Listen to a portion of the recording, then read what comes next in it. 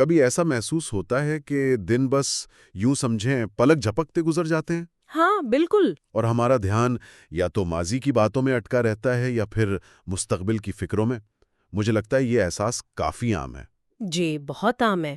اور آج ہم اسی کیفیت سے نمٹنے کے لیے دو بہت اہم طریقوں پر بات کر رہے ہیں. اچھا. ہاں، جو ہمیں فراہم کردہ مواد یعنی الجزیرہ نیٹ، سائیکالوجی ٹوڈے اور دوسرے ذرائع میں بھی ملتے ہیں. ایک ہے یقظہ ذہنی یعنی مائنڈفلنس، اوکے، مائنڈفلنس. اور دوسرا ہے جذباتی تنظیم یعنی ایموشن ریگولیشن. خاص طور پر جب زندگی میں دباؤ زیادہ ہو، جیسے آپ نے کہا امتحان کے دن یا کوئی اور مشکل وقت. تو آج کے اس گفتگو میں ہم ان ذرائع کی روشنی میں یہ سمجھنے کی کوشش کریں گے کہ یہ تصورات، یہ آئیڈیاز اصل میں ہیں کیا؟ جی. ان سے ہمیں ذہنی اور جسمانی طور پر کیا فائدے ہو سکتے ہیں، ہمارے تعلقات پر کیا اثر پڑ سکتا ہے، اور جو سب سے اہم بات ہے، روزمرہ زندگی میں ان پر عمل کیسے کریں؟ بالکل. مقصد یہی ہے کہ ان تصورات کو سمجھ کر، اپنے جذبات کو بہتر طریقے سے پہچان کر اور کہہ لیں سنبھال کر، ہم ایک زیادہ متوازن، ایک زیادہ بھرپور زندگی کی طرف جا سکیں. تو چلیں شروع کرتے ہیں. ضرور. تو سب سے پہلے یہ یکجا ذہنی یا مائنڈفلنس، آسان لفظوں میں یہ کیا چیز ہے؟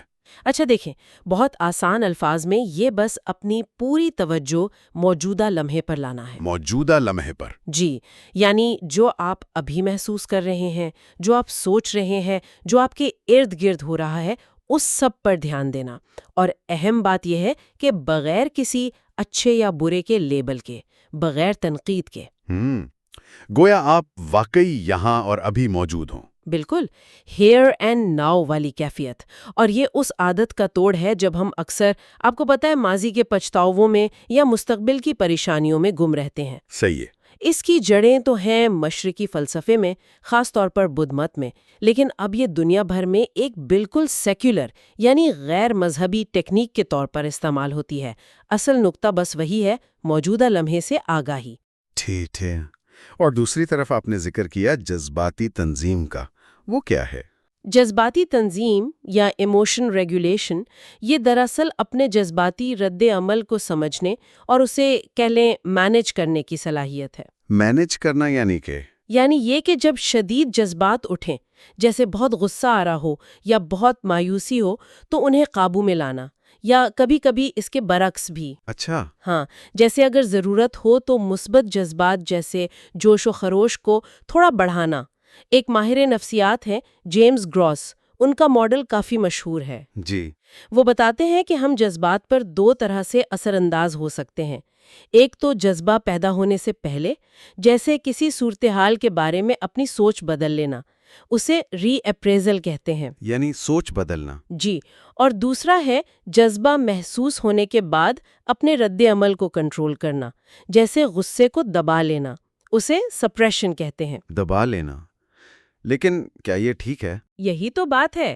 ذرائع جیسے کہ سائیکالوجی ٹوڈے اور ہیلتھ لائن بتاتے ہیں کہ جذبات کو مسلسل دبانا یعنی سپریشن اکثر صحت کے لیے اچھا نہیں ہوتا. اس کے منفی نتائج ہو سکتے ہیں. تو پھر مقصد کیا ہے؟ مقصد یہ ہے کہ ہم اپنے تجربات کا، جو بھی جذبات ہم محسوس کر رہے ہیں، ان کا مناسب اور صحت مند طریقے سے جواب دیں، سماجی طور پر قابل قبول طریقے سے. یہ تو واضح ہوا، لیکن یہ سب اتنا اہم کیوں ہے؟ مطلب روزمرہ زندگی میں یکجا ذہنی اور جذباتی تنظیم سے کیا فرق پڑتا ہے؟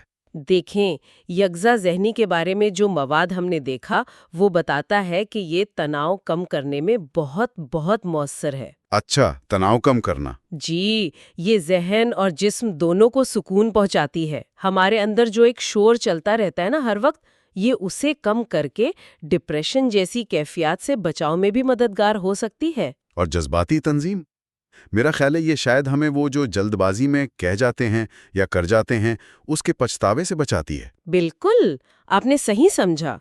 یہ بے قابو غصے یا پریشانی سے جو تعلقات میں یا کام پر نقصان ہو سکتا ہے، اس سے بچاتی ہے. لیکن فائدے اس سے بھی زیادہ گہرے ہیں۔ وہ کیسے؟ تحقیق سے یہ بات سامنے آئی ہے، جیسا کہ الجزیرہ نیٹ میں ایک MBSR پروگرام کا ذکر ہے، مائنڈفلنس بیسڈ اسٹریس ریڈکشن۔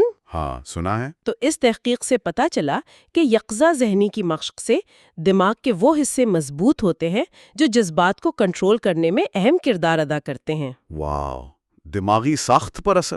جی، اور یہ پریشانی کی علامات کم کرتی ہے، توجہ بہتر ہوتی ہے، نیند کا معیار اچھا ہوتا ہے، اور یہاں تک کہ تعلقات میں بہتری آتی ہے۔